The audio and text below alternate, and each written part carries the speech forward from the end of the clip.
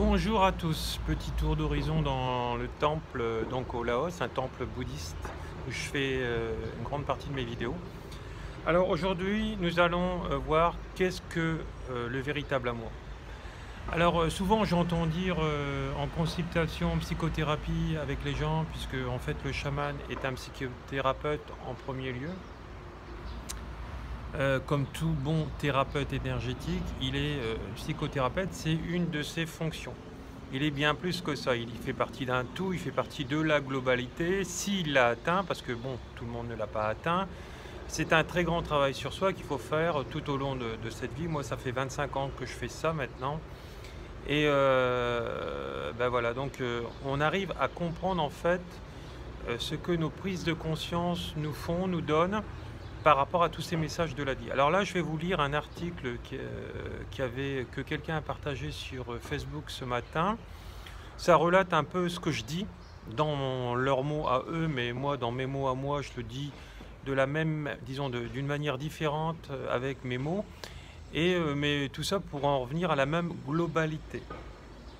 Alors pour être thérapeute professionnel, donc en faire son métier, etc., il faut déjà avoir travaillé sur la confiance en soi. Sinon, on reste boulanger et puis on fait ça le soir ou le week-end de temps en temps, ou je sais pas, moi pâtissier. Là, j'ai pris, c'est un métier lambda que j'ai pris, mais je pourrais dire maçon, ébéniste, etc. Pourquoi? Parce que justement, on a appris à lâcher l'ancien et lâcher le passé. Alors, c'est ce qu'on retrouve en fait dans toutes les situations d'amour ou de non-amour ou de souffrance ou de haine, etc. C'est que la haine, qu'est-ce que c'est? La haine, c'est de l'amour qui s'est cristallisé. Alors chez certaines personnes, chez les personnes les moins évoluées, elle va se cristalliser en maux du corps ou en maladie. Par exemple, du pus dans les yeux, des problèmes, je sais pas moi, de glandes thyroïdes, etc. Chez les personnes les plus évoluées et ceux qui ont travaillé le plus sur eux, ils ne seront jamais malades. À part un rhume de temps en temps, ça peut arriver. Mais voilà.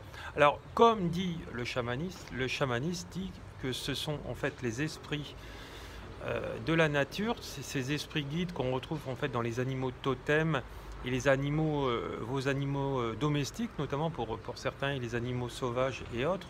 Par exemple, le Milan en Sibérie, etc., qui est un de mes animaux totems, parce que j'en ai plusieurs. Voilà. Ça m'a permis aussi de me recontacter justement avec mon nom d'Indien, puisque j'ai été incarné dans une vie d'Indien dans mes vies passées, où j'ai reçu les messages de ours blanc. Et donc j'ai su que c'était un de mes appellations de chaman d'autrefois. C'est pour ça que je suis assez éveillé et pas mal avancé justement sur ces chemins d'âme-là.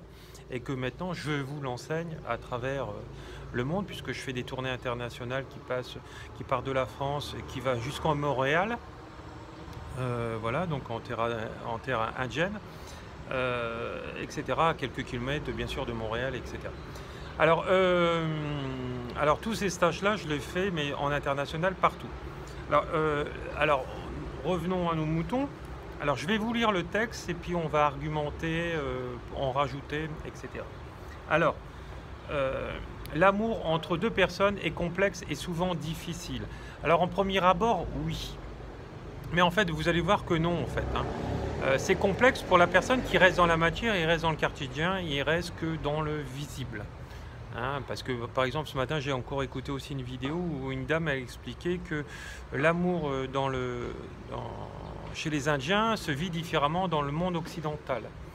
Voilà, par deux aspects bien différents, mais qui s'unifient à la fin, mais sans signe en fait de possession. Alors, tu as certainement encore de la difficulté à oser à te regarder à travers l'autre. Alors, sachez que dans chacune de nos relations, quoi que ce soit comme relation, nous avons le miroir de l'autre à travailler en nous systématiquement. Alors, si vous avez un maître, par exemple, qui est très éveillé, puis d'un seul coup, vous allez voir quelqu'un qui va vous faire douter, qui va vous manipuler, etc., c'est que vous faites marche arrière. Alors, il y a des gens comme ça. Pourquoi? Parce qu'en fait, ces gens-là, parfois, en fait, ce sont des manipulateurs. c'est ce qu'on appelle des personnes nocifs, alors ça ce n'est qu'un mot, des pervers narcissiques, etc., qui vont en fait accentuer leur peur en te les projetant sur toi pour avoir un cercle d'amis qui vivent que dans les peurs. Et souvent, moi je dirais pas souvent, moi je dirais tout le temps, ces personnes-là ont un problème relationnel avec les hommes. Voilà, donc là dans le cas de figure là que je connais, c'est tout à fait ça. Toutes ces femmes-là, soit elles sont célibataires, soit elles ont très peu de relations sexuelles avec leur mari, et elles ont un problème de difficulté avec l'homme. Voilà, donc, voilà, donc les gens qui ont les mêmes défauts qu'eux, etc., ces blessures, ils vont rester ensemble. Et ils vont se générer de la peur, et au lieu d'avancer, ils vont reculer. Voilà. Alors,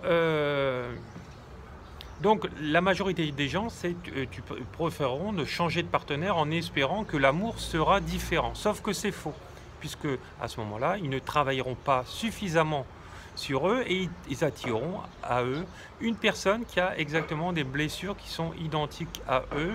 Et à lieu d'avoir cette stabilité-là, ils ne l'auront pas. Il faut avoir fait une démarche personnelle de travail sur soi, chacun des deux séparément et chacun ensemble. D'accord? Et c'est pas le fait de couper une relation qui va vous arranger les choses, puisque ça se répercutera. De toute façon, si vous coupez une relation comme ça, sans avoir travaillé sur vous, etc., le prochain sera pire, le plus souvent. Et il va vous renvoyer dans vos mémoires avec votre ex, etc., que vous n'avez toujours pas réglé, etc. C'est-à-dire qu'il sera identique en grande partie à votre ex qui vous faisait déjà souffrir à l'époque, etc. Et là, vous allez voir que voilà. Alors, si vous êtes dans le défaut, c'est-à-dire vous êtes dans le non-avancement sur vous, vous allez dire, après tout, si je ne prends pas d'homme ou je ne prends pas de femme, je reste célibataire, etc. Alors là, encore une fois, vous mettez une balle dans le pied, et là, vous n'avancez pas. Et puisque de toute façon, ça va se répercuter dans vos vies d'après, donc dans vos prochaines incarnations, et le problème sera toujours là. Donc, c'est maintenant qu'il faut bosser. Alors si vous n'y arrivez pas, faites appel à moi, parce que moi j'ai une maîtrise en psychothérapie, vous le savez tous depuis un moment, puisque vous me suivez, etc.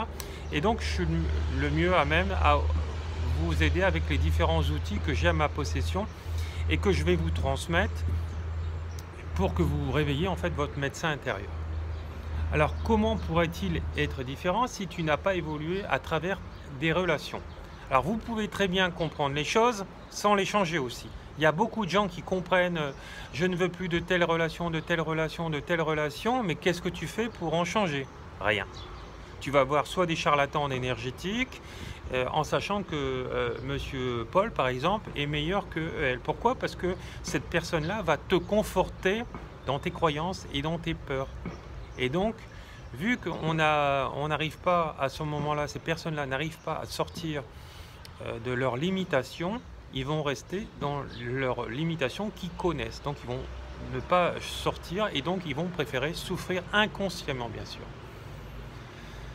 Alors, comment pourrait-il être différent si tu n'as pas évolué au travers des relations et que tu as pensé que c'est l'autre la source de ton mal-être? L'autre n'est jamais la source de ton mal-être, c'est toi-même en relation avec l'autre et toi, inconsciemment, invisiblement, tu vas aller réveiller le défaut, la blessure de l'autre parce que tu dois la travailler en toi et l'autre doit la travailler avec toi. Disons séparément ou ensemble. Le mieux, c'est ensemble, sans jugement, tout en s'aidant à s'élever mutuellement et non se descendre, se critiquer, se rabaisser et porter préjudice. Alors là, vous mettez des balles dans le pied et donc tous les maux du corps que vous avez vont continuellement s'accentuer. Alors, le nouveau se présente toujours sous une forme différente, mais rapidement, tu vas être une nouvelle fois confronté à tes problématiques du passé. C'est tout à fait ça. Les relations permettent de mettre en lumière les blessures, schémas familiaux, croyances, peurs et aussi les qualités. C'est tout à fait ça.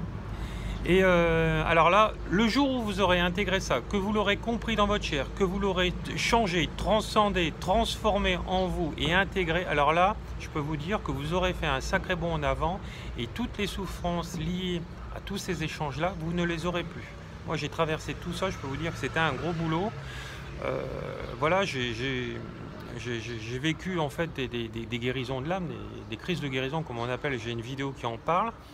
Mais une fois qu'on est libéré, bah, on se sent beaucoup plus léger. Sinon, en fait, tout ce qu'on voudrait ne se réalisera pas. Voilà.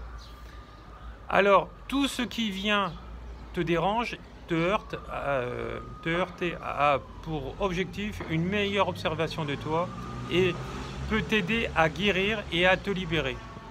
Ne pas, en fait, il ne t'aide pas, il va le faire, il va te transformer si tu travailles sur toi. Alors, il peut t'aider, oui, effectivement, mais il va falloir que le peu soit transformé en soins et en guérison durable. Hein, parce que moi, je vois des gens qui vont critiquer, salir, parce qu'un tel a dit ceci, mais vous savez comment c'est le téléphone arabe. Voilà, parce que bah, c'est un petit truc, c'est modifié, amplifié, déformé à excès. Pourquoi? Parce que c'est déformé à excès par rapport aux blessures de ces personnes-là. Et si c'est par exemple lié à la sexualité, bah, ces personnes-là ont vécu des traumatismes sexuels dans leur vie passée, dans leur vie présente, et ils ont un mauvais rapport à l'homme. Voilà. Et en fait, ce sont toujours, en fait, quand une femme a un mauvais rapport à l'homme, c'est parce que en fait, elle est trop dans le masculin. C'est-à-dire que la féminité, elle peut être féminine à l'extérieur, mais elle n'est pas féminine intérieurement. Et donc, elle va encore générer des peurs en elle, en disant ceci, un tel, il est cela, hein, sans preuve, en fait, sans preuve. C'est le quand dira-t-on, ou ma copine, c'est ça, mais bon, ma copine, elle est incapable de me fournir des preuves parce que elle va me baratiner à mort, donc forcément, pour qu'elle soit crédible, elle va pas te montrer ses preuves, parce qu'une preuve, on peut la montrer, puis après l'effacer, si on est, je sais pas, moi, secret défense, là, j'invente, mais voilà. Quand on a vraiment quelque chose, voilà. Donc, n'oubliez pas que toutes les personnes qui vous rencontrez doivent vous faire avancer, mais si vous restez dans vos peurs, vous allez les amplifier en vous, et les prochains hommes seront identiques. Donc voilà, et les femmes, c'est pareil, hein, pour vice-versa. Hein. Tout ce qui vient te déranger, te heurter, a pour objectif une meilleure observation de toi et peut t'aider à guérir et à te libérer. Alors il va falloir que le peu soit transformé. Alors ça, je vous aide dans toutes les thérapies que je fais et les formations, les initiations en chamanisme, etc. Parce que par exemple, le chamanisme, pour être chaman, en tout cas dans les tribus sibériennes que moi j'ai fait différents stages, il y a une formule initiatique, c'est-à-dire que c'est un rituel chamanique, comme dans le Reiki avec le bol tibétain, etc. Mais là, c'est dans d'autres aspects, c'est fait autrement, etc. Alors, on ne vient pas chaman avec un stage en chaman, hein, un stage d'une journée ou de 2 jours ou un atelier de 4 heures. Hein, voilà, il va falloir travailler beaucoup sur soi quand il y aura les prérequis, mais il va falloir aussi que les fondamentaux soient donnés par l'enseignant chamanique. Avec un total d'acceptation de l'autre tel qu'il est, tu vas développer une vraie compassion et ainsi la paix peut enfin s'installer en toi. Alors c'est pour ça que ça me fait un peu rire tous les stages en chamanisme que je peux voir, parce que j'ai fait beaucoup de stages en chamanisme avec les uns et les autres. Et puis bah, il y en a, ils disent ils font du stage en chamanique, mais en fait ils mettent stage chamanique, mais c'est du développement personnel avec les trucs, disons, avec des outils modernes, disons.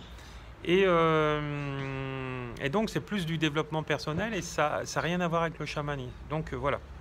Donc après, ce qui est bien, c'est que c'est aussi de transformer certaines choses du chamanisme pur en chamanisme où les occidentaux aussi peuvent vraiment le comprendre et le faire. Par exemple, une dédication, une animation du tambour et une purification, ça ne se fait pas comme ça hein, en 5 minutes. Dédication, ça veut dire donner vie à votre tambour, l'animer aussi en esprit de la nature, etc. Voilà, donc après, il y a le livret du chaman de l'enseignant et il y a le livret des élèves qui est complètement différent. Donc voilà, donc il faut pas oublier qu'en fait de compte, beaucoup de choses restent aussi secrètes par rapport à tout ça. Voilà. Donc cela ne veut pas dire que tu vas rester avec ce partenaire car l'autre n'évoluera peut-être pas tout de suite et tu accepteras que ce soit ainsi. Donc il faut accepter les gens tels qu'ils sont. Arriver à cette étape signifie que tu as profondément guéri et que tu as suffisamment d'amour en toi pour aimer pleinement un partenaire. Aide par résonance énergétique, tu vas attirer un partenaire qui a lui atteint ce stade.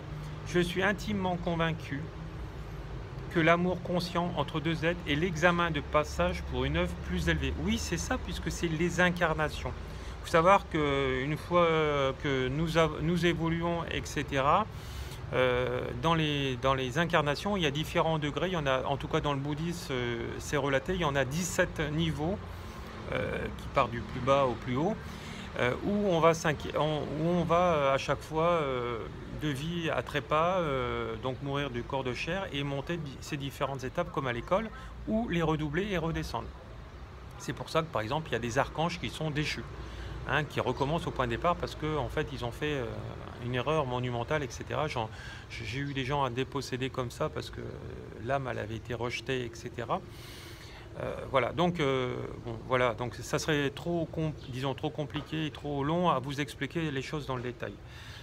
Mais bon, pour ça, il faut que vous veniez en stage, voilà, en séance individuelle. Alors, je suis intimement convaincu, voilà, que l'amour conscient entre deux êtres est un examen de passage pour une œuvre plus élevée. Tu es capable de créer la vie grâce à l'amour. C'est un miracle où les miracles existent. Quand tu regardes un enfant, il te révèle tes possibilités de créer du merveilleux. Tu peux encore être très limité dans ta créativité car tu reproduis ce que l'on t'a inculqué. Donc ça c'est l'erreur de toute l'éducation, en passant familiale par éducation nationale, etc. Que ce soit la famille, la société, etc. C'est pour ça qu'il va falloir à ce moment-là vivre les choses dans sa chair soi-même. Hein. Avoir des enfants est normal pour toi. Alors que ce miracle, tu peux le créer car l'envie de perpétuer la vie est puissante et tu as accès à cette forme d'amour. Tu peux créer des choses merveilleuses avec la puissance de l'intention chaque jour, c'est vrai, mais alors là, il va falloir avoir travaillé sur soi avant et avoir appris une méthodologie pour y avoir eu accès. Alors ça, je vous l'apprends aussi. Voilà. Alors tu sais à présent que grâce à cette puissance de compassion et cet amour inconditionnel qui grandissent en toi, ta créativité va devenir plus consciente. Tu vas tout simplement arrêter de subir ta vie pour la maîtrise d'une créativité en accord avec ton être. Amour et bénédiction. Donc Mayama. Voilà, donc, je suis désolé de vous avoir déçu, les femmes et les hommes qui croyaient être meilleurs que tout le monde, c'est pas le cas. Hein, si vous attirez des gens comme ça dans la négation, qui vous font souffrir, etc., c'est parce que vous n'avez pas compris le message de la vie et que vibratoirement, vous êtes aligné avec eux en blessure et aussi en amour, puisque vous les attirez dans l'amour, et au lieu de fuir, ou au lieu de leur rentrer dedans, ou leur faire du mal, etc., en disant « oui, mais c'est toi le problème, mais moi je suis parfait, j'ai rien à me reprocher », là vous avez tout faux, puisque le prochain sera pareil, etc. Et en fait de compte, moi j'ai remarqué que en fait c'est une forme de lâcheté pour certaines personnes, parce que souvent ils vont dire « ah mais moi j'ai juste des relations avec les hommes ou avec les femmes, mais je cherche pas l'amour ». Alors là c'est fuir, c'est inconsciemment, c'est faux. Déjà, c'est un mensonge, c'est ne pas être dans la vérité. Et j'ai juste des relations sexuelles, on se fait des câlins, etc. Alors là, c'est ce qu'on appelle le sexe friend, etc. Alors c'est pas l'amour sacré, c'est pas on est nullement dans le féminin sacré et le masculin sacré quand on fait ça. Déjà, et c'est souvent des gens qui vont dire ah tu vois un tel, il est comme ça, il a fait ceci, il a fait cela. Alors donc vous voyez, donc là c'est de l'anti-éveil, on n'est pas du tout éveillé à ce moment-là. Puisqu'en fait de compte, les paroles et les actes ne sont pas en coordination.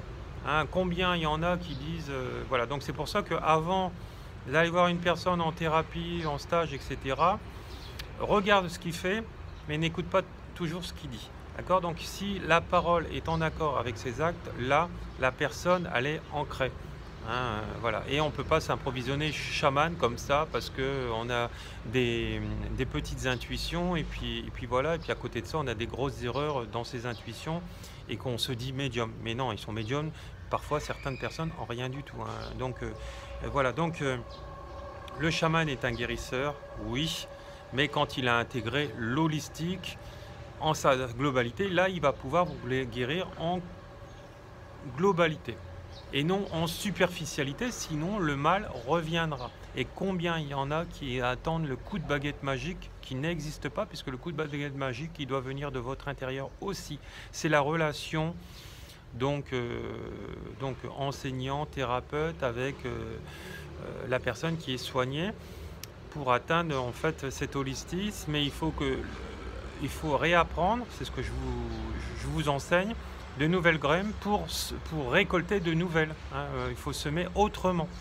Et donc on ne peut pas s'improviser chaman, etc. Combien? Alors n'oubliez pas que les notions de prix dans une formation, dans une initiation ne veulent absolument rien dire. Il y a des peu chers qui sont médiocres et puis il y a des peu chers qui sont bons. Il faut y aller souvent par le bouche à oreille. Il faut regarder les sommaires des formations, c'est hyper important. Un sommaire de formation où il y a beaucoup de choses, c'est déjà un gage de qualité le plus souvent. Et quand vous voyez que, oh là là, ce qui me fait peur, c'est que quand je vois les événements sur Facebook où les gens font initiation Reiki 1 et qu'il y a 3 lignes, alors là, je peux vous dire, c'est des initiations Reiki qu'il faut fuir. Et la personne va dire, ça coûte 75 € ou 100 €. Oui, ils vont attirer les gens par rapport au bas prix, mais dans cette formation, la plupart du temps, il n'y aura rien. Donc voilà, faites attention, discutez, parlez au téléphone avec les gens, voyez la résonance de leur voix, voyez s'ils sont cohérents, voyez s'ils savent de quoi ils parlent, c'est important, parce qu'il y en a combien qui disent par exemple qu'ils font des stages en chamanisme, ils vont vous faire un voyage chamanique, animal totem, faire votre tambour, et puis basta, et c'est tout. Voilà, donc, et quand on m'appelle à travers, la dernière fois une dame m'appelle de la France et j'étais au Laos, elle me dit j'ai fait un soin chamanique, donc elle m'explique comment le soin chamanique est, et elle me dit oui, il était ceci, il était cela, il se faisait comme ça. Je dis est-ce qu'elle avait le tambour au moins, est-ce qu'elle est rentrée en transe déjà avant, etc. Est-ce qu'elle a fait ceci et cela avec le tambour, etc. Non, elle n'avait pas de tambour. C'est pas un soin chamanique, ça. Voilà, donc un chaman n'est pas un énergéticien lambda, hein. Voilà, donc voilà, il communique avec les esprits des mondes supérieurs, des mondes du bas, mais qui ne sont pas inférieurs, hein. Les mondes d'en bas, c'est pas des mondes, voilà, comme j'entends un peu de tout et n'importe quoi. Voilà, parce que voilà, c'est pour ça que j'ai tendance à dire que le chamanisme sibérien, c'est vrai que c'est l'origine du chamanisme. Vous le retrouverez sur Wikipédia, hein, voilà, dans la province de Touva, etc. Si je me souviens bien de mémoire, 13e siècle, ils en ont retrouvé trace, mais pour moi ça remonte bien plus loin que ça. Et donc c'est les origines. Et de là, toutes les autres cultures mongoles, amérindiennes, etc. en ont découlé. Et bien sûr, parfois, il y a eu des choses qui ont été transmises ou par rapport à la traduction aussi, et ça a été erroné. Par exemple, les 3 notions des mondes du haut, du bas et du milieu. Dans une culture, c'est comme ça, et dans la culture donc d'origine, c'est différent. Donc, vous vous rendez compte que moi, j'aurais tendance à dire que je préfère apprendre la culture d'origine, donc la sibérienne. Voilà, après on peut récupérer des outils de ces différentes cultures et les associer, parce que par exemple en Sibérie, il y a différents clans que j'ai plus en tête parce que c'est des noms assez compliqués et je ne suis pas sibérien. Voilà, et donc ils ont tous une méthode de fonctionner autrement, par exemple pour retirer l'esprit de la maladie, etc. dans le corps. Par exemple, ils font le tire-bouchon ou ils aspirent, etc. Et donc tout ça, c'est des choses que vous voyez dans ma formation de chamanisme, etc. notamment. Voilà, donc pour atteindre la globalité dans le soin, c'est bien d'avoir différents outils, mais bon, il faut être aussi formé avec des gens qui sont compétents, etc. Je ne le répéterai pas ça assez. Et des gens qui vous suivent et des gens de préférence qui font ça à 100% de leur temps. Voilà, je vous remercie, beaucoup d'amour en cette belle journée, parce que chez nous, là, actuellement, il fait 25 degrés. Je vous remercie, au revoir, beaucoup d'amour à tous.